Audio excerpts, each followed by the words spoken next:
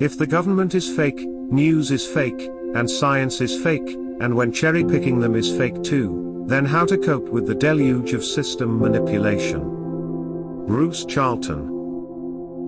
There is no point in combing through the mass media, or scientific journals, and trying to filter out the truth, because there is no such thing as a truth filter. If there was a truth filter, there would be no need for honesty, and clearly there is need, as we see all round us. Yet so much of what purports to be alternative or based mass social media, does little but, post by post, article by article, day after day, cherry-pick through fake news and fake science, fake government reports, fake polls, sifting sources that are not even trying to be truthful. All this activity is therefore, de facto, if not by intent, just part of the system of attempted manipulation and control, even when, as individuals, the people concerned are genuinely trying to present an independent, alternative, anti-establishment perspective. It seems one cannot be sufficiently paranoid about this stuff. Yet he who touches pitch will be defiled, and to engage with dishonesty for much time, has an almost inevitably corrupting effect, at least that's what I observe, in myself and in others. Yet we must judge, we must evaluate, we are creatures of values, and the vast amount of incoming stuff of our world therefore must be, and shall be, whether we like it or not, evaluated. And evaluated by us. I mean evaluated by you and me, specifically. So we are compelled to form some kind of judgment on even the most stupid and insubstantial material of our virtual world, showbiz/royal romances and scandals, show trials, manufactured war news, baseless pseudoscience etc., etc. But we should expend the minimum of time and effort on this unavoidable work, in order to avoid corruption. How can this possibly happen? So much garbage, and yet we cannot help forming judgments on it. It seems impossible, yet as Christians we know it is possible, because God has placed us and sustains us in this situation, and therefore we know for sure that we personally can do it, not perfectly, of course, but sufficiently well to attain salvation and to learn spiritually. I think the answer lies in first adopting an us and them attitude to the world, to this mortal life, where the two sides are defined as those allied with God and creation, versus those who oppose. We must trust something and somebody, and should trust us, not them. But we should be ready to accept that the category of us, those we know sufficiently to trust, is a very small one, as befits a species who have spent most of our history in very small, clannish societies. The category of us is therefore likely to be one containing perhaps a dozen or a score, as it always has been, and indeed in the mega-mass societies of today the category of us in the West is probably going to be smaller than it would have been 1,000, 5,000, or 10,000 years ago, or in other parts of the world. If we can trust a handful of people to provide us with informed, competent, and honest evaluations, we are doing well. Secondly, by bearing in mind that this mortal life is about learning, which is often a matter of making mistakes and learning from them. In practice, this means making it clear and explicit, at least with ourselves, judgment, then being honest about whether or not it stands up to further experience, and being prepared to abandon that which does not stand up. This, in turn, means that while coherence is very important, we should not allow a fear of inconsistency, for example being accused of changing our minds, with respect to our past evaluations to stand in the path of learning. As of 2023 in the West, this means that most learning will be in the direction of becoming an ever smaller minority. Those who claim to be learning by joining with more and more system evaluations, for example the way that the mainstream Christian churches have claimed to be learning over recent decades, are in truth merely converging with the side of evil. Such people are incrementally being corrupted, incrementally rejecting the US which is the side of God and divine creation, and joining the side of them who oppose good. In sum, if we find ourselves believing those whom we do not trust, or joining the majority, or large minority, view with respect to an evaluation, then we are almost certainly making a mistake. The system does not rhyme or reason. Francis Berger.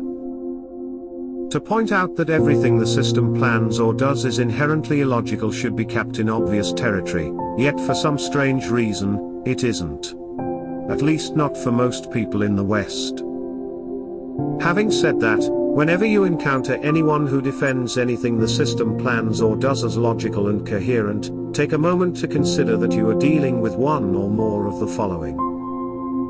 A naive/inexperienced individual. B. A bona fide idiot/cretin. C. An utterly despiritualized being open to nothing but the external/material. D. A thoroughly dishonest and corrupted soul. E. A system true believer or lackey focused on expediency, personal gain, damnation. F. All of the above. AI offers a vivid example of just how incoherent system aims and plans are. On the one hand, the system claims AI will replace 99.9998564% of all the jobs humans do on the planet.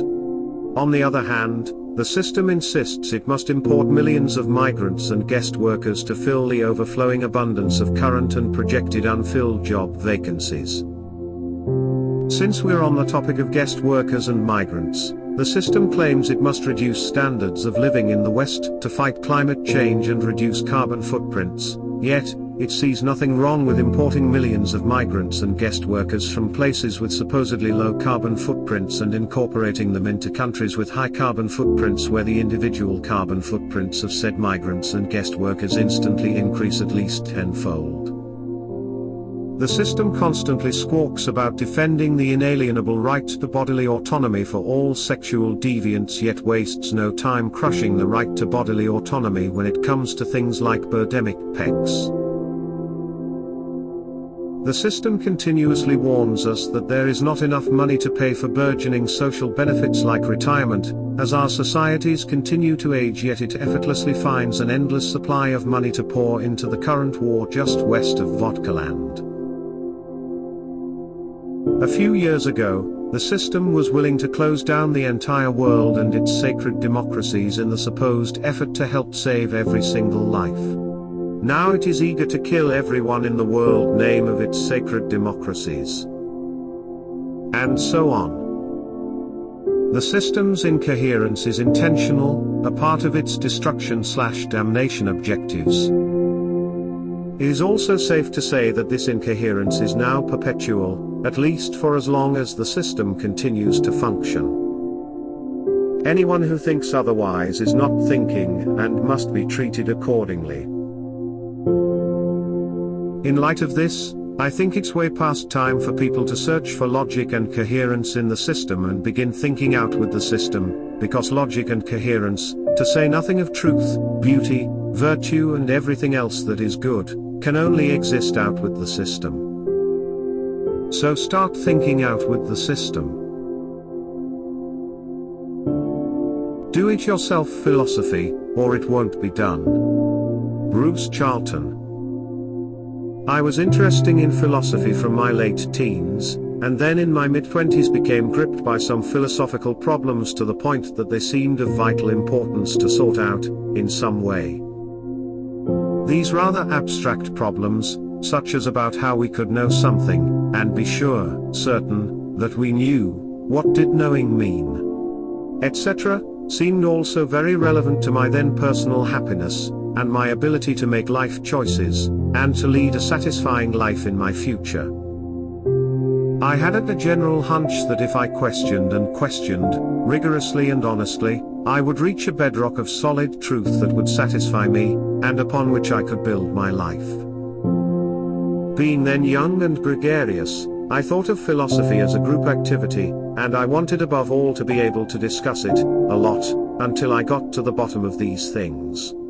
It hurt to put off this discussing, yet of course there was nobody in my circle that wanted to talk, and talk, about the things that seemed important to me. Nonetheless, I thought that maybe I could find a situation in which I might be guided to the right sources, and find such conversation. I went to a couple of evening classes, but I presumably did not find them to be what I wanted, because I quickly dropped out of the courses. The problem was, at root, I was being taught about the stuff on the course, whereas I wanted to work on what seemed important to me, here, now. I did not want to put off my life until later. So I thought maybe I could go back to university and do a philosophy bachelor's degree. I realized that this would still have the problem of being taught other stuff, but I thought that I would there be able to spend a lot of consecutive time on working at the problems that really interested me. I hoped I would find the conversation I wanted, and at the end of it get credentials by which people would take me seriously when I reached my own conclusions. There was a mixture of wanting to make a life commitment, to show to myself, perhaps, that I was serious about this stuff, and of expediency. Since I had found Wittgenstein's uncertainty to be discussing almost exactly what concerned me, I went so far as to arrange to study philosophy at his college, Trinity, in Cambridge, but in 2 years instead of 3, shortened because I already had a degree. My recollection is that I was to begin the degree in autumn 1986. But I did not proceed with this plan, partly because I had seriously underestimated the extra cost of college fees, on top of university fees, and partly because my experience of meeting and talking with 3 philosophy academics at Cambridge, including Wittgenstein's pupil Elizabeth Anscombe, was disappointing. You see, reading about the best old philosophers, and I had been especially reading about some of the more ancient and more existential ones, and in this respect Wittgenstein was a throwback. You get the impression of people whose lives were dedicated to the love of wisdom, but meeting modern philosophers, you meet professional academics whose specialty is philosophy, although some of them can act the part of the old-style type, whether in person or in print. This was, of course, my own stupid fault. It was a case of wanting something exact but incoherent that could not be had, and then being disappointed when I could not get it. Instead of a bachelor's in philosophy, I ended by doing a master's in English literature, but spending about half that year reading philosophy, and informally attending philosophy seminars, and talking to a few philosophers, albeit rather superficially because our interests were so different. Over the following years, I gradually realized that philosophy was really important to me. For example, I continued attending seminars while I was on the faculty at Glasgow University, but that it was something I would mostly need to do by myself, navigating my way to the relevant authors and ideas, and working my way through the ideas.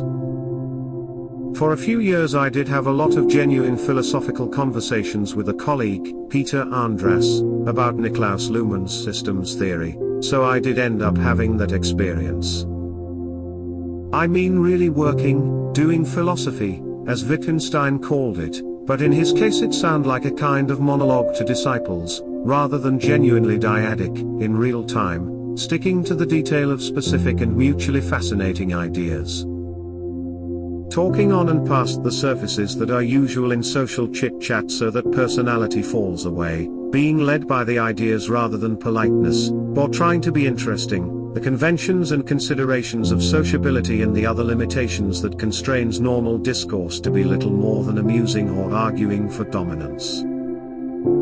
Philosophical conversation turned out to be very helpful in grasping the, already defined, theory, and at developing applications and implications. But, since two people are always somewhat different in the content and direction of their lives and destinies, conversation also can have a constraining effect on development and learning. And therefore it became necessary to return to working, essentially, on my own at philosophy. My impression was that serious conversation about philosophy is only sometimes and temporarily possible, when the interests of two, maybe more, people happen to converge and run together for a while, but that this has a natural lifespan of value, after which it would become routinized, professionalized, or merely sociable.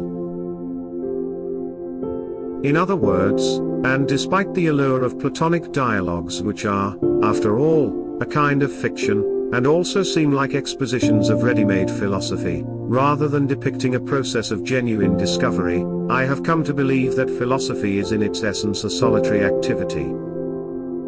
If we don't do it ourselves, there is nobody that can do it for us. Indeed, given all the constraints and difficulties, it is nearly always easier and more philosophically helpful to engage deeply with a book than with a person. And even better to debate with oneself, in the sense that we ought to become our own best critics. And the whole business of following set curricula, performing exercises and examinations, developing professional expertise, or being guided by a canon of required authors, that stuff constitutes an activity which is something else other than real philosophy. What is basically wrong with the world? Suffering versus entropy. Bruce Charlton. Although I harp on about the dangers of double negative theology for Christians, nonetheless the positive achievement of Jesus Christ, and his message, would not have much traction unless people felt that there was something basically, fundamentally, ultimately wrong with the world, something which Jesus, at least potentially, set right. And what I mean here is at the level of our personal feelings of what is wrong, what is it, what kind of a thing, that we personally feel is wrong about our life and the world. What problem to which Jesus offers a solution? There are probably any number of things that might in theory be thus regarded, but I think there are just two apparently common but distinct wrong feelings that seem to dominate people. Probably the commonest, in the Western civilization at any rate, is that suffering is the main problem, the main thing wrong with the world. So widespread and powerful is this idea that it hardly requires explaining, but anyway. Any or all kinds of suffering might be meant: pain, misery, disablement, fear, despair, humiliation. Different people mostly experience, are most susceptible to, or focus on, different kinds of suffering. And the wrongness of suffering might be my suffering, the suffering of particular loved others, whether human, animal, or something else. It may be the totality of suffering in the world, or it may be the wrongness of suffering of any beings anywhere, ever, i.e. that there ought never to be any suffering. In sum, this is the idea that the suffering, whether its existence, its prevalence, or its severity, is what is basically wrong with this world. This seems to be a hugely powerful and widespread conviction. It is apparently the basis of several religions, and what they claim to cure. Suffering as the main problem to be addressed is the basis of almost all public moral discourse nowadays. The rationale of preventing, reducing, or stopping various kinds of suffering, or putative suffering, is the basis of a great deal of all mainstream policy and political action. But there is another idea of basic wrongness, less often expressed, but just as real, and that is that the main thing wrong with this world is that nothing lasts. Anything that we value will not last, everything will die, or in some other way be destroyed. No matter how large, strong, how long it has existed, it will crumble, it will come to an end. All that we value the most, our love, those we love the most, whatever we most love doing, our achievements will change, will end. All that is most virtuous or beautiful will end. And be forgotten utterly. We ourselves will die, everybody will die, all the animals and plants will die, our living planet, and the mineral planet, the sun and solar system, all will change, crumble, end. This aspect of the nature of our world, I often term entropy, and entropy in this sense, is a rival to suffering as the major candidate for what is wrong with the world. The weight of entropy may be the tragedy of life. Yet suffering and entropy as the main problem of life, are each very different in their nature and consequences. For example, a selfish person might feel there is nothing wrong with the world at times when he is personally completely happy, i.e. when he personally is not suffering, and someone might also assume that if suffering could be abolished from the world, then there would be essentially nothing wrong with it. But someone who believed that entropy was the main problem would perhaps be most aware of the wrongness of the world at exactly those times when he was most happy, and did not suffer. Because he would realize that this state could not last. Have we not felt this ourselves, in the first full flush of falling in love? Perfect happiness. All too soon undercut by the fear and conviction that it will not last. Indeed, the more successful was a man's life, the more joyous and fulfilled, the more loving and creative, the more strongly would the fact of entropy weigh upon him, because he would be ever aware that all this would, for sure, be lost. One who regards entropy as the main problem in this life, this world, cannot envisage any this worldly way in which the situation could be cured, because this world is ruled by entropy.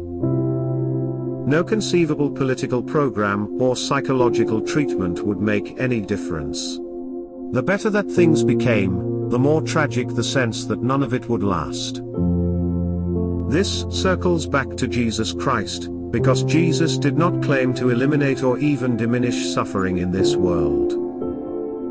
Or, even if you think Jesus did claim this, then the past 2,000 years have, surely, been a massive refutation that he could deliver it. Consequently, those who focus the most on suffering as that which is basically wrong with the world, are often those most hostile to Jesus and Christianity. But Jesus did claim to offer a way of escape from entropy. This is what Jesus meant by resurrection, eternal life, and heaven. Things instead of beings. The worst metaphysical mistake of all. Bruce Charlton.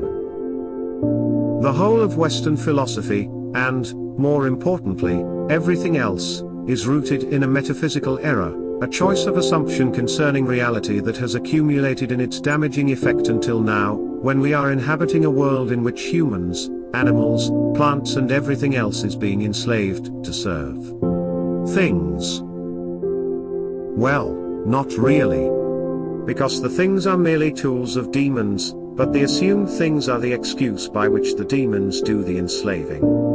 And people don't merely go along with this, but regard it as good, as moral, and anyone who opposes or even quibbles with this agenda is regarded as evil, and need to be eliminated from public discourse, one way or another.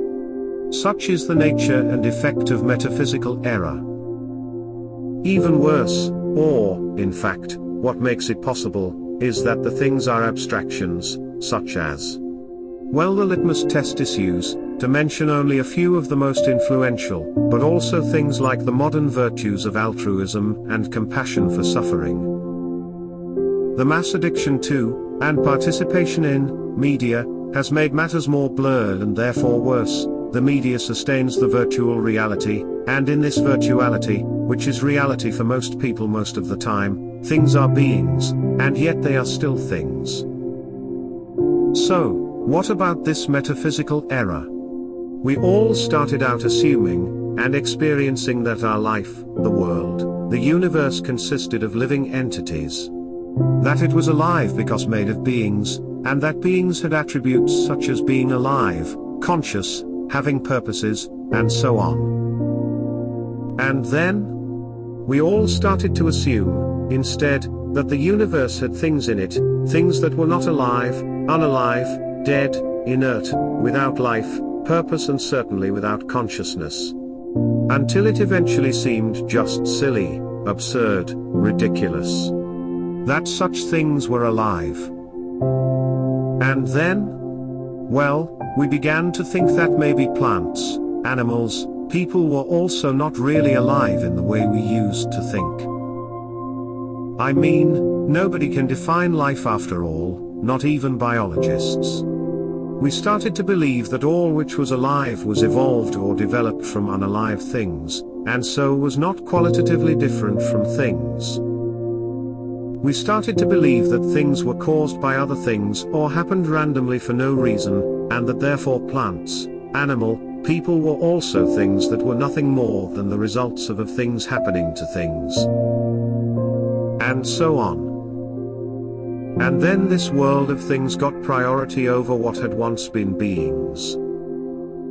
We now serve things, we serve abstract things such as the government, the media, the economy. People are human resources and then just resources. Animals and plants are part of the environment, and the environment is not nature but most importantly consists of CO2, nitrogen and the like, agriculture just one industry among many. Computers and AI have now taken over the world, and people serve their convenience, or rather, currently we serve, but only until we are replaced by them, eventually eliminated. The future we are promised is that things will look after the earth, and earth is itself be regarded as a thing. People, animals and plants will be manipulated or eliminated according to the needs of things. It seems that when we allowed things into the world, we could not stop them taking over the world. We do this to ourselves. Precisely because we believe in the reality of thingness, we now cannot believe in the reality of people, nature, life, consciousness. We need to revisit this very early metaphysical era. We need to make a choice, either this is a world of beings or else it is a world of things.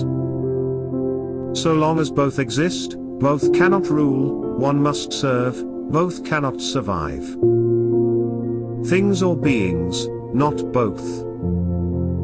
Either this life is a fantastic voyage of living beings traveling through a living world, or else it is a strictly meaningless and purposeless world of things, in which we are things interacting blindly with things, for no reason, but just because that is how it is. We each need to revisit the young child that is still within each of us, revisit that early and deadly choice to allow things into our animistic alive and purpose world.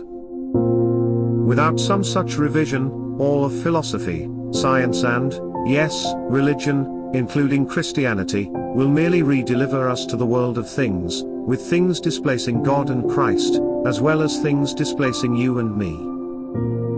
Because in a world with things, sooner or later God and Jesus will also become things, hence subjected to the authority of world-ruling things. And, standing outside this delusory system, rubbing their hands and laughing as they egg us on to ever more thingness, Satan and the demons. Not submissive to outside voices. Francis Berger. Personality is bound up with the consciousness of vocation. Every man ought to be conscious of that vocation, which is independent of the extent of his gifts.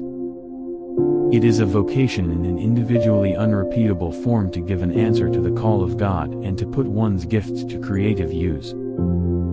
Personality which is conscious of itself listens to the inward voice and obeys that only. It is not submissive to outside voices.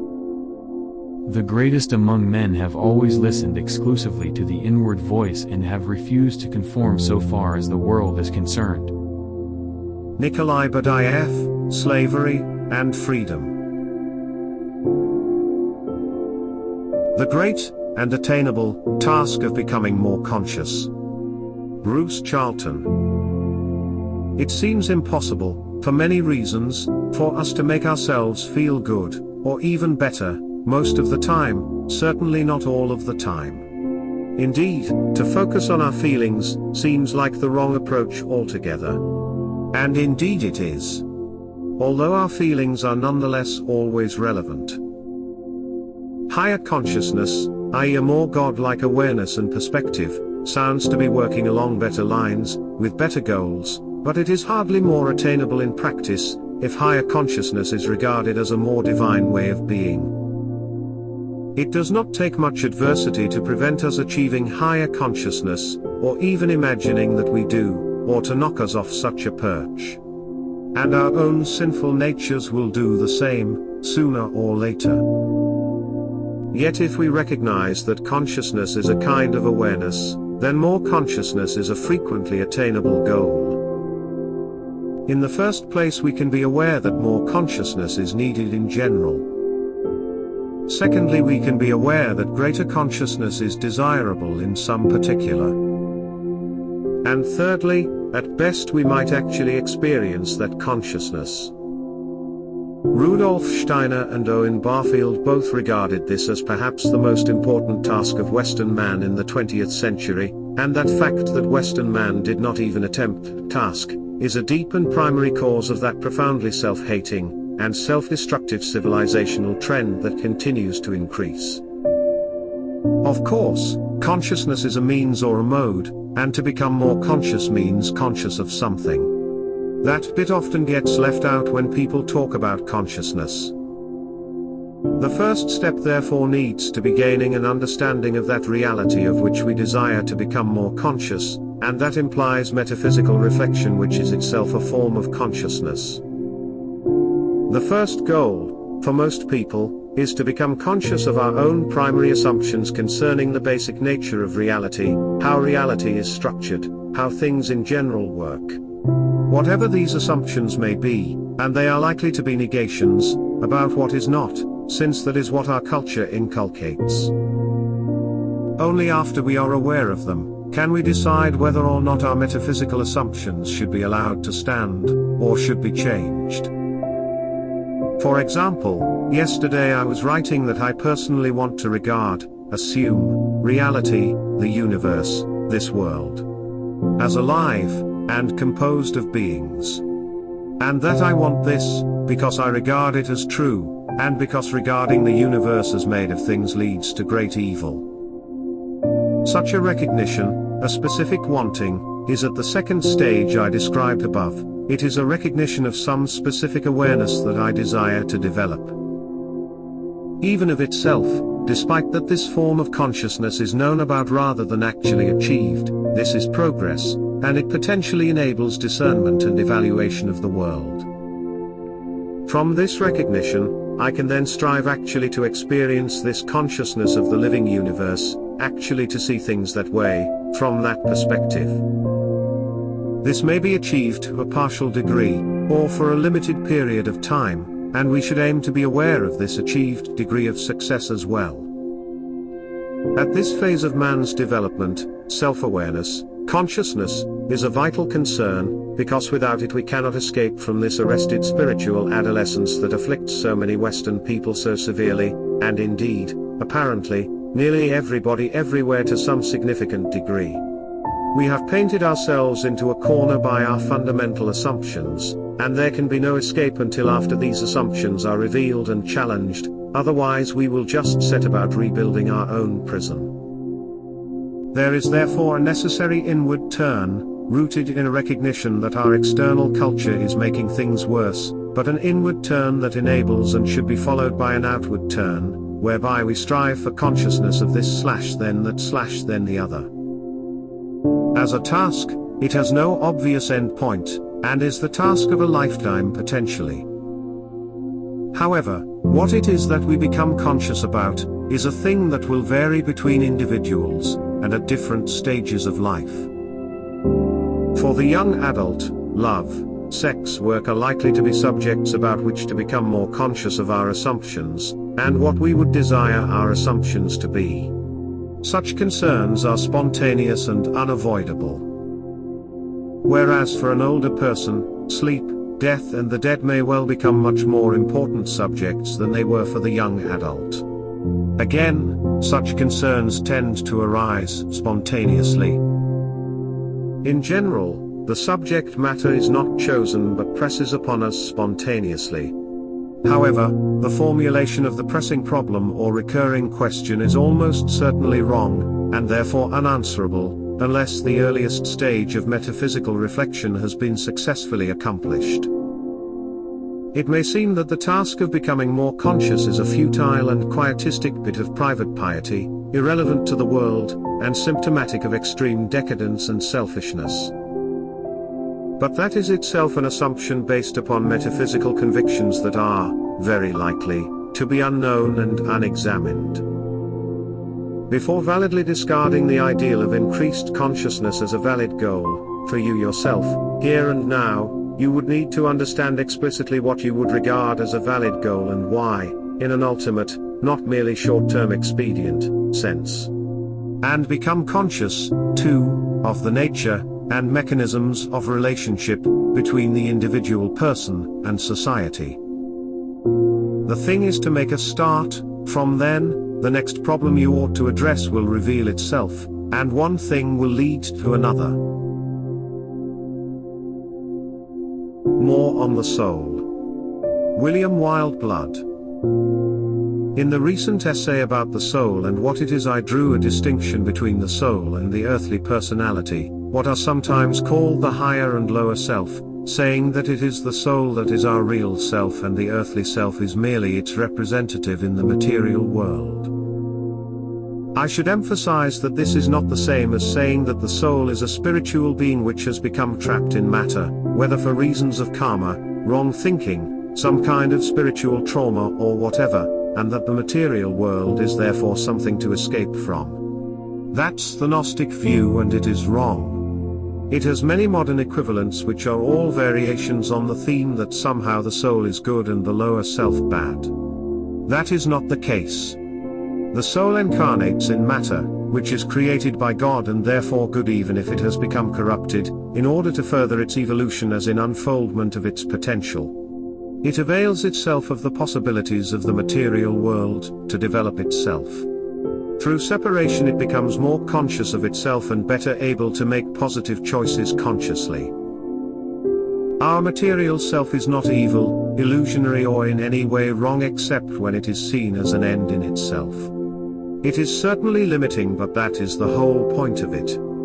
Think of it as a constriction which focuses the attention of consciousness on an environment in which God is not obviously present. That gives it the opportunity to develop itself and the greater self from which it derives in a way that would not be possible on more spiritual levels in which conflict and challenge are not present. Through the lower self we become aware of a problem and are given the wherewithal to solve it. Or not, as the case may be. For this is also a test. How does the self react to God when he is seemingly not there? This is an examination of the heart. A correctly oriented heart turns to God in some way. One of ill will, and let's remind ourselves that faith is a matter of will, not intellect, does not. The Gnostic view is half right and half wrong. We do have a spiritual self which exists in a higher plane of being, but it does not become trapped in matter because of some sin or nefarious activity of evil spirits. It descends to learn, descending meaning accepting a more circumscribed state of existence. Matter is not evil, although the material world is not the spiritual, which means it is subject to the law of entropy. But it has a function, and our appearance in it has a purpose. While on the subject of Gnosticism, I should mention the other main fallacy of that approach to spirituality. The clue is in the name. Salvation for the Gnostics comes through knowledge, but no amount of spiritual knowledge will get the earthly human to heaven. Salvation actually comes through grace, not knowledge, and grace is bestowed on those who make themselves worthy of it through love. Love means primarily love of God, and that comes when the soul truly turns to its Creator, opening up its heart and mind. This, though, is our great problem. Our hearts and mind are closed, and they are so because we are too fixated on the material self. But the Gnostics were also right. The preeminence of love, spiritual love, not the earthly variety with which it is often confused by sentimentalists, is no justification for ignorance. Knowledge is also important. In fact, the more one loves God or truth, the more one wants to understand and to know. We have a heart and mind, and there are spiritual correspondences to these two. Both must be satisfied. If spiritual love is missing today, so too is spiritual knowledge, which is why mainstream religion is so unsatisfactory for many people. Spiritual knowledge is not just facts and figures, intellectual knowledge. It is that, but it is more, for it derives primarily from the intuition.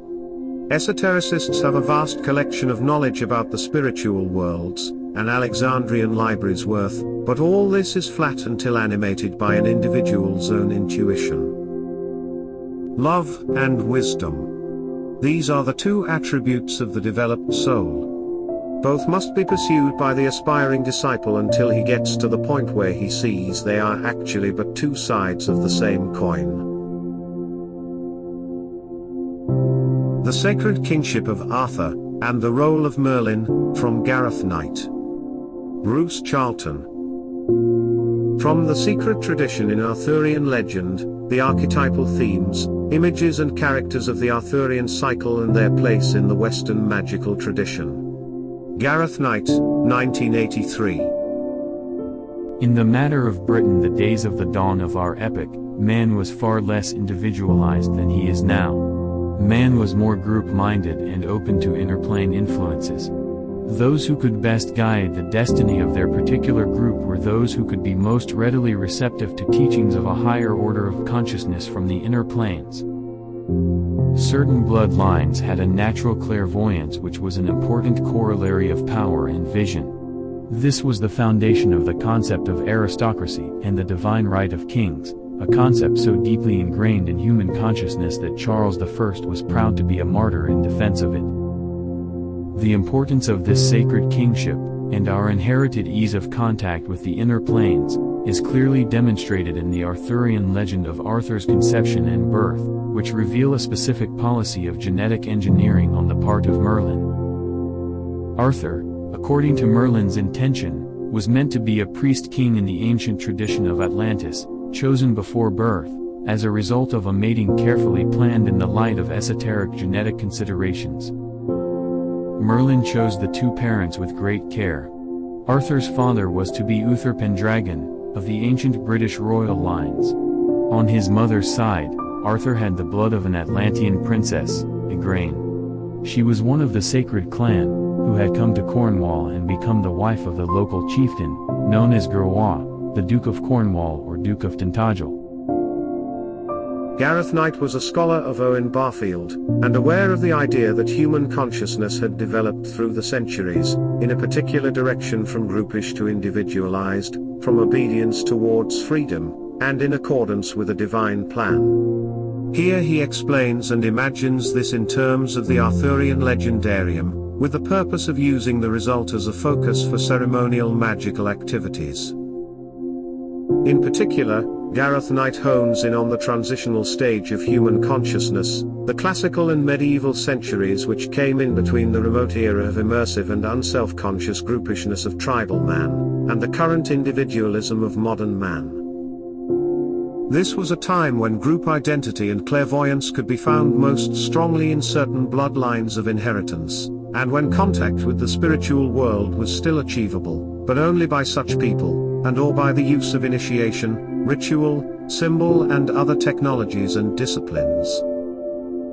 This passage triggered thoughts of the English then British monarchy, and the occasional rulership of monarchs who, to some degree, approximated to the priest-king ideal. There were several such in the Anglo-Saxon era, most notably Alfred, but the Norman invasion, which was an alien and hostile takeover, caused a considerable disruption. Not until Henry II, the first Plantagenet, do we find a monarch that might be supposed to have had some magical attributes, mainly by the female influences of his mother Matilda, who was descended from the Saxon kings, and his wife Eleanor of Aquitaine, who had many of the attributes of an fairy enchantress.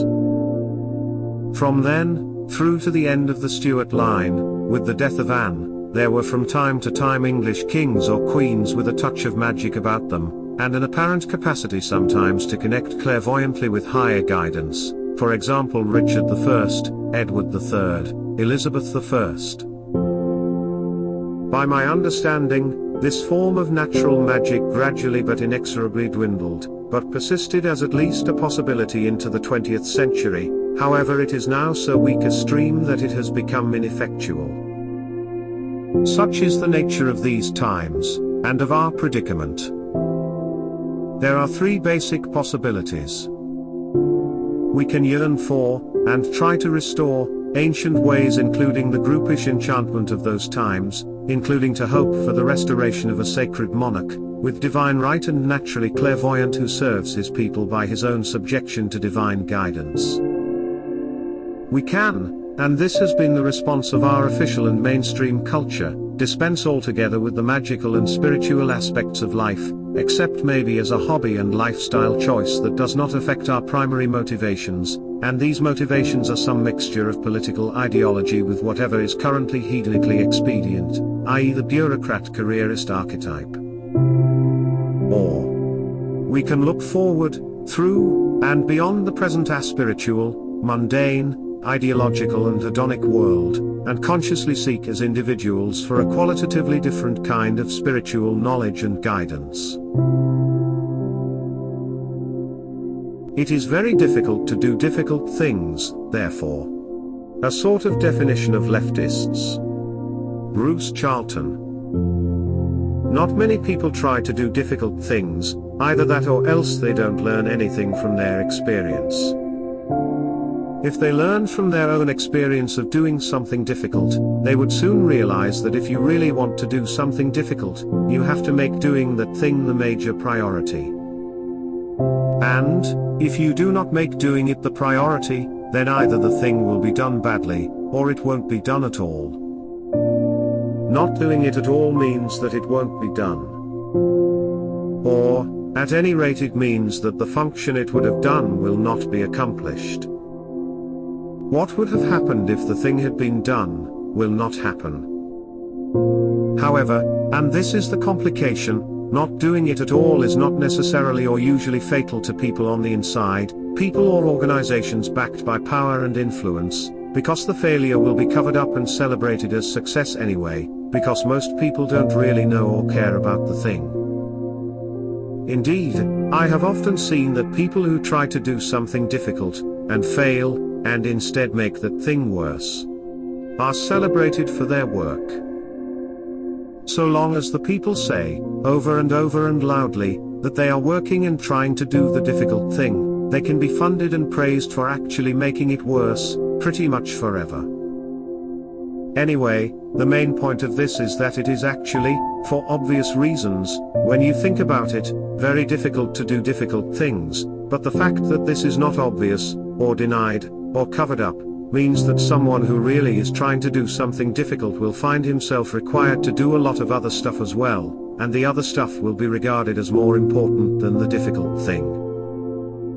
One could, indeed, define leftists as those people who think the other stuff is more important than the difficult thing, and therefore destroy the possibility of accomplishing anything and everything difficult. Leftists just take for granted that the difficult stuff will happen, and therefore they can concentrate on making all the other stuff a prerequisite of doing the difficult thing. And before long, everybody is talking all the time about other stuff, and wondering vaguely why the difficult things don't happen anymore. Until they read the mass media, and learn that actually the difficult stuff is still happening, yay, more than ever, whoop, and the difficult stuff is happening exactly because of all the other stuff. Huzzah! Two worlds emerge, the world of other stuff and the mass of people who care most about other stuff, and the micro-minority world of difficult things, about which only the few people who really care about the difficult thing are concerned. So, here is the moral or this story: if you want to do something difficult, and care about it, then either you work for yourself and the very few folk who really care about the difficult thing, or else you won't do it, for the simple reason that you are not even trying to do it. Note: I mean Leftists 2023. That is, when leftism, and its basis in atheistic materialism, is the official ideology of the world, but especially all international/multinational institutions and Western nations. Leftists of the past and in other places were/are, by contrast, partial and or rooted, to some significant degree, in human instinct and common sense, which is not true here and now. Leftist ideology is, here and now, rooted in an incrementally increasing inversion of instinct and common sense, and, increasingly explicit, opposition to the good, a virtual world unto itself. The Ultimate Uselessness of Wittgenstein, Ludwig Wittgenstein by Miles Hollingworth, 2018. Bruce Charlton. I came across a recent book, Ludwig Wittgenstein, by Miles Hollingworth, Oxford University Press, 2018, via a podcast interview entitled Wittgenstein as Mystic, which I found intriguing in several ways, including the Hollingworth seemed rather more interesting and personally committed than the usual run of academic philosophers. Consequently, I got hold of and read the book with pretty intense concentration, and, at first, was stimulated and excited by the sense of some big thing emerging throughout. But, in the end, I felt very let down. The book seemed to promise much, some kind of breakout into something free and creative and beyond the constraints of the usual. But it delivered me back to the same old world of mainstream academia, and its solid linkage to the system, as evidenced by the insidious and soul-sapping inversional values that underlie this book, and lurk behind everything mainstream. It set me to reflecting, yet again, about that unusual quality in Wittgenstein, the way that he seems to hold out the possibility of a genuinely alternative answer and escape, and yet does not. And to wondering why this is. My conclusion is that, for all his rigorous skepticism about the system, about the dominant and superficially compelling discourse of logic, mathematics, science etc., and for all the mysticism of that world of the unspeakable, the religiousness of that which lies beyond or behind what can be said, etc., the whole of Wittgenstein takes place within the core assumptions of Western philosophy, and so of course it cannot escape the implications of Western philosophy. One needs to go deeper than Wittgenstein went in order to see where we are, and thereby become inwardly free from it. In other words, we need to go as deep as our primary assumptions concerning the nature of reality, that is, metaphysics, and Wittgenstein shared the deep aversion to doing this which characterized his era, indeed the refusal to do this. Something which has, to very varying degrees and in different domains, characterized Western philosophy since at least ancient Greek times when several core assumptions became habitual. And Hollingworth needs to go deeper than he does. He mistakes a degree of detachment from the career structures of academia for intellectual and spiritual independence. Yet it is again and again clear that he is himself a, partly explicit, more fully implicit, supporter and sustainer of several aspects of the core and mainstream liberalizing agenda of the globalist leftist materialist system. The explanatory climax of the book purports to be a distinction between physical and mental philosophy, thinking and doing, which is itself a vast metaphysical assumptions, and a series of reflections of sex/sexuality in relation to Wittgenstein. This whole section rings false, is full of strong but wrong assertions, inconsistencies, and, this is the problem, it is bounded by the very recent and local sex conceptualizations of political correctness. Thus the foundation of the thesis is just a mess. And since the key explanation is an incoherent mashup, the whole of the rest of the book's structure retrospectively collapses into less than the sum of its parts.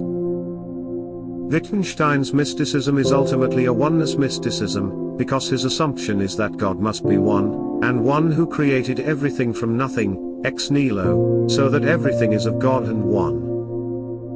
The failure is that Wittgenstein does not recognize the asserted oneness and this nature of creation as assumptions, therefore he fails to acknowledge metaphysics. Wittgenstein also shares the assumption that the world is made of things as well as beings, things that include all manner of physical abstractions, relating to such as matter, forces, fields, and their mathematical descriptions. For instance, one major discussed philosophical example of freedom is making moves on a chessboard, i.e. an abstract mathematical game of unalive pieces within the bounds of a fixed and unified world. Such a model begs all the vital questions concerning freedom. The failure is that to assume unaliveness as ultimate to reality has such downstream consequences of that beings, such as ourselves, are ultimately constrained by the UN alive. We are regarded as dwelling among unaliveness. Unaliveness even permeates the understanding of God, since Wittgenstein's assumed God, as with many mainstream Christians, must be the ultimate source of unaliveness. By my understanding, a fundamental, albeit common, misunderstanding of Christianity is almost inevitable given such assumptions. Indeed, Wittgenstein's reflections of Christ and Christianity are ethically focused, and to do with conduct in this life, as evidenced by Wittgenstein's focus on Tolstoy's version of Christianity. Such entails a great deal of moral agonizing about the human condition, and its paradoxical impossibilities. That Christianity, on different metaphysical assumptions, might instead be about everlasting life versus death, resurrection versus spirit, and love as creation. Such cosmic transformations are out with the scheme created by Wittgenstein's ultimate assumptions. In all this, Wittgenstein is not distinctive nor unusual, but absolutely mainstream within Western philosophy. He brought a new quality to the conversation, as I say, a kind of agonized and confessional quality, and the feeling, partly from his own subjectivity, partly asserted, that he was cutting deeper and making a fresh start on thinking, but this is ultimately an illusion. The fact of Wittgenstein's immediate and sustained success among high-status and upper-class British intellectuals of a modernist's, anti-Christian, pro-evil type, for example the Bloomsbury Group and the Cambridge Apostles, all this ought to be a red flag waving against the idea of Wittgenstein as a genuinely effective mystical or Christian thinker. Therefore, once again, and this has happened to me 3 or more times before, I leave this latest encounter with Wittgenstein once again regarding him as a rather fascinating character, indeed a somewhat addictive character, but one whose actual work is ultimately deeply conventional and therefore useless to our fundamental needs here and now, not just useless but, due to its implicit promises, actually misleading. Wittgenstein famously stated that the philosopher's job ought to be show a trapped fly the way out of a fly bottle. The bottle was a container into which the fly had strayed, for example in search of aromatic food, being used as bait, but once inside the fly could not escape. Instead, he just buzzed about in a panic. To me, this seems like projection, in that Wittgenstein and his philosophy has served as a fly trap for many people, both at the time, and since. His personality and work is baited with the promise of autonomy of thinking and escape from system, and the philosophy offers certain, limited, satisfactions. Yet once inside the Wittgensteinian bottle, all genuine escape routes are self-blocked by unexamined assumptions. So Wittgenstein will be discovered, eventually, to be as useless and misleading as is the work of the entirety of Western philosophy, being, as it is, rooted in metaphysical assumptions that are unnoticed, denied, or regarded not as assumptions but as necessary truths of existence. Such is our situation. The reason for the intractability of our civilizational decline, and why the causes of decline are defended, sustained and abetted, at various levels, by almost everybody, is exactly that our ideological/philosophical roots lie so deep. As deep as roots can be, which is as deep as our primary assumptions concerning the nature of reality. Note, I should give credit to the fact that, for about 2/3 its length, I was pretty gripped by Hollingworth's account of Wittgenstein's life and work. As academic books go, it is a superior product. Yet the whole basis of the book is that it is more than just another academic book on Wittgenstein, thus it engages in various breaking the fourth wall and Tristram Shandy-esque strategies of authorial insertion. These are seemingly expressive of sincerity and a perspective from life rather than career. But, by the end and overall, I felt instead the gravitational pull of the ordinary academic values, and the modern Western socio-political assumptions into which academia is now locked by bureaucratic structures, as well as the pervasive leftism of the intellectual class. This constrains all official instances of rebellion by the need to ingratiate oneself to the ethical arbiters of the system, of which the Oxford University Press is an integral element. So the initial promise, and the scattered and stimulating insights, only made worse my frustration at the eventual letdown, as if I had been taken for a ride, fallen for a line of spiel. Understanding the nature of creation by comparing human creative genius with divine creation. Charlton. I think it would be fair to say that most people haven't thought very much about what creation is, or might be, beyond either assuming that there is really nothing special about it, or assuming that it is a wholly mysterious black box. And I believe that there is truth in both of these perspectives, in the sense that, while some particular beings are much more often and more intensely creative than others, potentially all beings are creative in some degree and way because it is an attribute of beingness, while there is an irreducible mystery in beingness, including the creativity of any particular being. My long-term interest in human creativity and the phenomenon of genius was behind the process of thinking that is recorded in my blog Intelligence, Personality and Genius, and which culminated in the Genius Famine book, co-written with Edward Dutton. In these books I both assumed that creativity was, on the one hand, on a quantitative continuum among humans, but also that some humans had a lot more of it, i.e. the qualitative category of geniuses, and this was related to a characterological, or personality, trait of the endogenous personality. This I envisaged as a type of person whose attention and motivations were highly innerly generated, rather than being in response to external stimuli. Endogenous can mean generated from within. The endogenous personality also explains many of the characteristic unusual personality traits of geniuses. On the one hand, there is not one standard genius personality type; on the other hand, the various unusual traits, as well as the averages for geniuses as a group, can be understood as various expressions of an unusually strong domination by innerly generated motivations. However, these writings of mine were within the field of science, and did not, therefore, address the ultimate questions that lie out with science. In particular, the origins of creativity were not mentioned.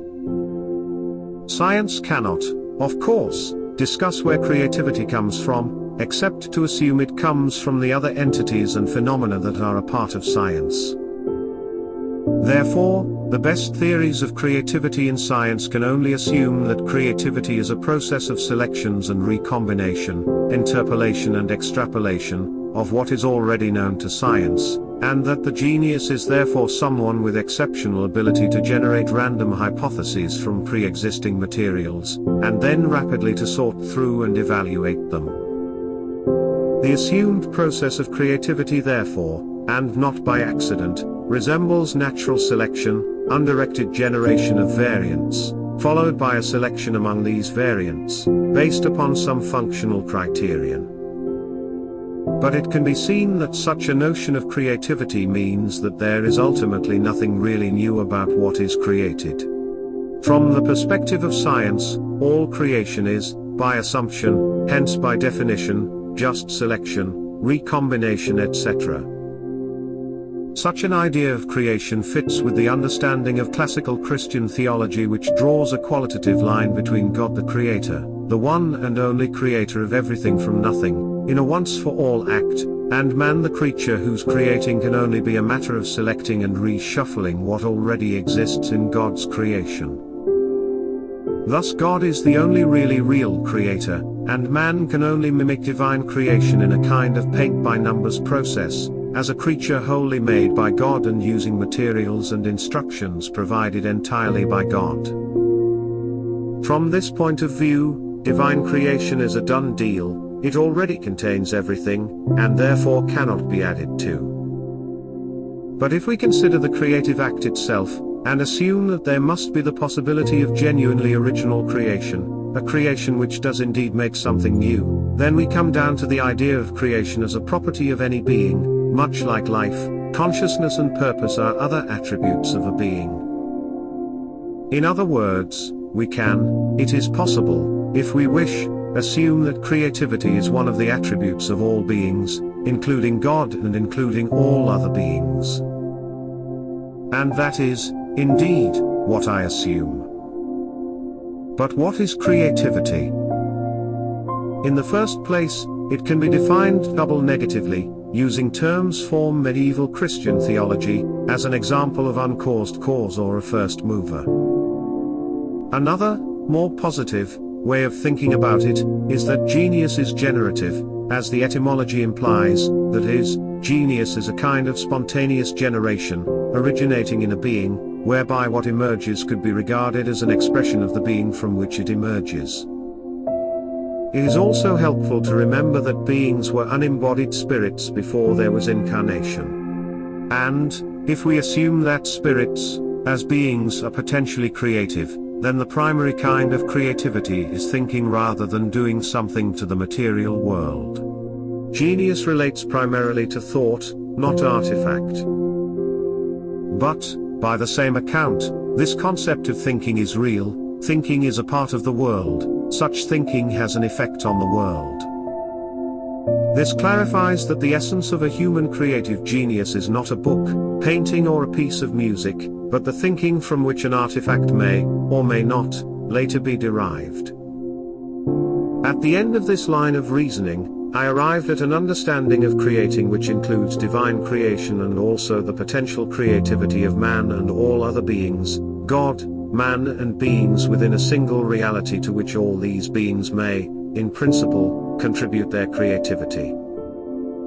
Such creativity is potentially originative, generative, genuinely novel, such that whenever God enlists another unique being into his creative project, that will expand the possibilities of creation as a whole. And, because creation is originative in each being, this understanding makes of creation something potentially open-ended and everlasting. There is no reason why creativity would ever run out, since it is, potentially, an attribute of any being. This also fits with my other understanding of the nature of divine creation as being a process of exactly such enlistment, a process of God creating the universe by securing the harmonious cooperation of other beings. I imagine the primordial situation, before divine creation, as one in which each being pursued its own unique and selfish creating, so that the whole did not add up to anything, the individual purposes just cancelled out each other. God's first act of creation was, by various means, differing through history, to recruit more and more beings to his creative project, so that these beings began to share purposes and to cooperate in these purposes. The principle of this cooperation was what we call love. Loving beings align their creativity towards the fulfillment of love, and this is why love is the very heart of the Christian understanding of God. So, an interest in human creativity and the phenomenon of genius, which preceded my conversion to Christianity, ended by feeding back into my core understanding of the metaphysics of Christianity, and the human condition. If you do not stand against evil, you are complicit with it. William Wildblood. I have an atheist acquaintance who will believe nothing that has not been confirmed by science, and the sort of fully materialistic science he approves of at that. The science? Talking about the current transsexual craze, he said he will wait for science to pronounce until making up his mind on the reality or otherwise of genuinely being able to change sex. A young man of 18 present at this conversation asked, what about basic common sense? We don't need science to corroborate that. We certainly do, said the atheist. Nothing can be regarded as true until scientifically proven to be so. What is called common sense cannot be relied upon. Besides, he added, I just don't care about the gender argument. It doesn't concern me. This person represents the kind of modern person who has so separated himself from reality, both objective reality and the reality of himself as a human being, that he doubts everything and sees meaning in nothing. This is the result of rejecting the core fact of a supreme being who gives reality and meaning to everything. What he is doing to himself is reducing himself to a spiritual wraith, a thin-souled being of less and less substance. He is literally wasting away spiritually. A clairvoyant might see him as surrounded by a hard shell which blocks out any incoming light. It is a sorry state to be in and requires a massive turnaround of consciousness if he is to escape his self-created prison. Furthermore, not to care about something as important as the fundamental reality of man and woman shows a contempt for the good, the beautiful and the true. It is not sophisticated, as he appears to believe, but siding, whether consciously or not, with the agenda of evil that seeks to separate man from God. Deny the truths embedded in creation and you deny the Creator who has put himself into creation. I'm sure many people during the Nazi rise to power were not bothered because they were not personally affected. They turned a blind eye to moral evil. But now the situation is in many respects worse. Vast swathes of the Western population turn a blind eye to spiritual evil and are therefore complicit in its spread, enabling this black miasma to creep over human consciousness. These people are not outwardly evil, but by allowing spiritual evil to spread they become part of it, and their souls are damaged. At one time I thought that the mystical path was the proper end for every human soul. I still do. The spiritual light must be kindled, and burst into flames within the heart. However, we are not just called to ascend to higher consciousness as in some forms of enlightenment or oneness spirituality in which we transcend the vicissitudes of this world, which is then regarded as the veil of illusion. We must actively fight spiritual evil as Jesus did, and if we are to do that we must recognize it. Spiritual evil is subtle and will often pose as good, worldly good, good for the fallen human being, utopian good, and many spiritual approaches of the present day can be co-opted into spiritual evil because they do not actively stand out against it. Hence the title of this post. Not to recognize good and evil in the world because everything is one, or the world is a limited state in which nothing is more true than anything else, is not spiritually advanced but moral relativism, and moral relativism just plays into the hands of spiritual evil which will exploit your ignorance mercilessly. What does God want you to do in heaven? Francis Berger. Christians supposedly spend their mortal lives doing things they hope will secure them eternal life in heaven and avoiding things they consider detrimental to that aim. The things Christians do include but are not limited to attending church, reading the Bible, praying, pursuing good works, avoiding sin, repenting sin, studying theology, obeying doctrine, and so forth. The things Christians try to avoid comprise the full spectrum of known and declared sins. Thus, mortal life for most Christians is readily reducible to living by some invisible balance sheet, with all hopes pinned on being in the black on the day mortal life ends. For the sake of argument, let's suppose Johnny Q. Christian's balance sheet is totally in the black the day he chokes to death on the chimichanga he happens to be eating at his local Taco Bell. Congratulations, Johnny. You made it to the big time. Now, wipe that guacamole from your chin and what? Well, that depends on the kind of Christian Johnny happens to be. If he's a certain kind of Christian, he may be lucky enough to experience the beatific vision. If he's another kind of Christian, he won't get to heaven immediately but will have to wait for the last judgment. If he's another kind of Christian, his in the black balance sheet doesn't mean anything because God determined Johnny was destined for heaven well before he created Johnny. And so on. But what will Johnny do for eternity? Well, he'll be in bliss, that's for sure. And he'll live in a special community in heaven, a community that no longer experiences death, or suffering and rejoices in its love for God who is within the community. And he won't have to worry about sinning anymore, which means he won't have to worry about doing the right thing because he will be free to do the right thing all the time. Okay, but what will Johnny do? What is the right thing in which he will invest his eternal energy and effort? I mean, here he is, sin-free, eternal, beyond death, on God's VIP team. What will Johnny do? More significantly, what does God expect Johnny to do for eternity? Well, I hope God expects Johnny to do something creative. After all, eternity is a long time. But why wait for eternity? Perhaps God would have liked Johnny to be creative in mortal life, and we are not speaking about writing poems or painting pictures, we are talking about spiritual creativity, creativity based on aligning with God through freedom and love and generating something new and original into creation that God could not have generated on his own. That new and original creation could be a thought, an unconventional approach to a conventional challenge, or an unexpected non-reaction or counter-reaction to an incident-begging reaction. Something, anything that adds newness to creation and expands it.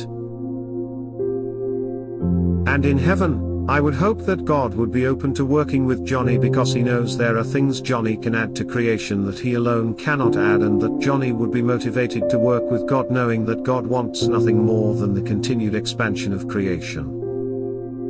Putting the woefully playful tone and Johnny aside, Christians must think about what they will do in heaven and what God wants them to do in heaven. After all, they supposedly dedicate their mortal lives to getting there.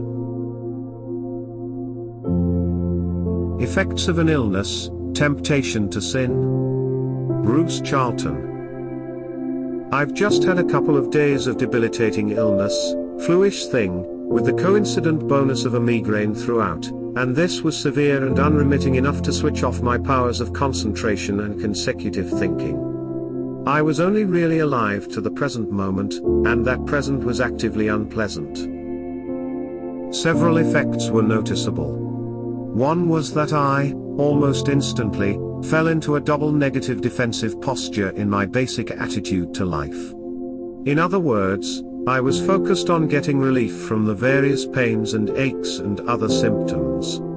It was hard to pray sincerely for anything much else. When I have that kind of illness, I find that I get even more selfish than usual. I can't be bothered by anything outside of a narrow radius of what might palliate my situation. I couldn't think seriously about other people, or positive spiritual goals of life, but, and this seems significant, I was still worried about the future. All of which shows that an illness of that kind is a pretty significant temptation to sin, and that I was incapable of resisting these temptations. All I could do was recognize what was going on, recognize that my attitude was wrong and bad, and repent it. A microcosm of life, in other words. Everybody succumbs to sins, and potentially, any of these sins could develop into a mindset that would block salvation. If I was stuck for very long in the kind of condition I experienced a couple of days ago, and that was nothing very special or severe in the scale of things, then I may not be able to meet and rise above the challenge, and would likely become very negative and demanding in my attitude to life.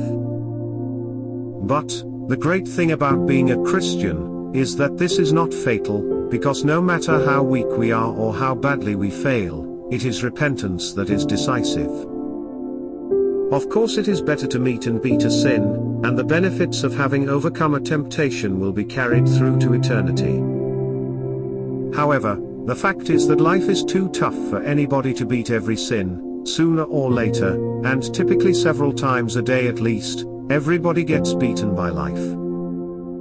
Ultimately, that is the nature of mortal life, and it doesn't matter, so long as we acknowledge the spiritual facts. Freedom is knowing, not free will choosing. Francis Berger. Discussions concerning the nature of freedom tend to focus on the doctrine of free will, on the free choice between good and evil. This capability to choose between good and evil is often presented as one of the great gifts God has bestowed upon humanity, because it grants people the freedom to accept or reject God, creation, and the good in favor of embracing Satan, captivity, and evil. Defenders of the free will doctrine point to humanity's unconstrained and voluntary ability to choose between good and evil as proof of God's infinite love via his refusal to coerce or force. The problem with the doctrine of free will is simple: it is not about freedom at all. To begin with, if God grants man free will, then whatever freedom resides within it emanates from God, not man. Secondly, God determines the scope and range of choice to which free will may be applied. On the one side is the good choice to abide by God's law and commands, on the other side, rejecting this law and embracing evil. Thus, the free will choice essentially boils down to obeying God's law and commands, or else. The free will doctrine makes man accountable for his choices between good and evil within the context of God's laws and commands. It places the onus of such choices on man while simultaneously exempting God from all accountability. The doctrine of free will provides man the freedom to be the offender while simultaneously relieving God of all responsibility for evil choices. Man's free will choice to be a transgressor of divine law also justifies God's role as a punisher of divine law transgressions. In simplest terms, the free will doctrine is God adopting a my way or the highway framework of freedom. Use the free will I provided to do what I command, and all will be well. Use the free will I provided to reject my commands, and all will be lost. Seen this way, the free will choice to obey God's law and command becomes a matter of necessity. Man needs to choose the good option God has provided or else face the consequences. This need to choose the good, this necessity inherent within the free will choice, does not emanate from within man but is externally imposed by God. As such, it does little more than ask a man to adhere to or fulfill a given law or command, leaving no space for creativity or a creative act. The free will doctrine reduces man to a mere instrument in the fulfillment of God's law. It lacks all spiritual dynamism, and ultimately relegates freedom to the level of submission. True spiritual freedom does not reside within the framework of the free will doctrine. True spiritual freedom is not about choosing between good and evil but knowing what constitutes authentic creative alignment and harmony with God and creation. True spiritual freedom liberates from the necessity of having to choose. Spiritual freedom is not about agonizing over externally imposed, given good and evil choices, it is about internally knowing what good is and doing/thinking that. The need to choose never enters the picture. Freedom is not and cannot be reduced to the free will doctrine of merely choosing between external, given choices. If it is, it becomes a burden that diminishes man to a level of submitting to good. Man is free when he doesn't have to choose, when he knows that what he is thinking and doing is aligned with God and creation. How does he know that what he is thinking and doing is good? When he applies his freedom to loving God, and it brings forth creativity. What will you do in heaven? Francis Berger. The other day I wrote a post exploring what God wants us to do in heaven. I believe this to be a valuable and valid line of inquiry, as is what we would like to do during everlasting life. I assume that the self we will be in heaven is our most authentic and best self, call it the true self. This true self will be void of all sin, free of death and entropy, fully aligned with God and creation, and capable of intense and immense creativity.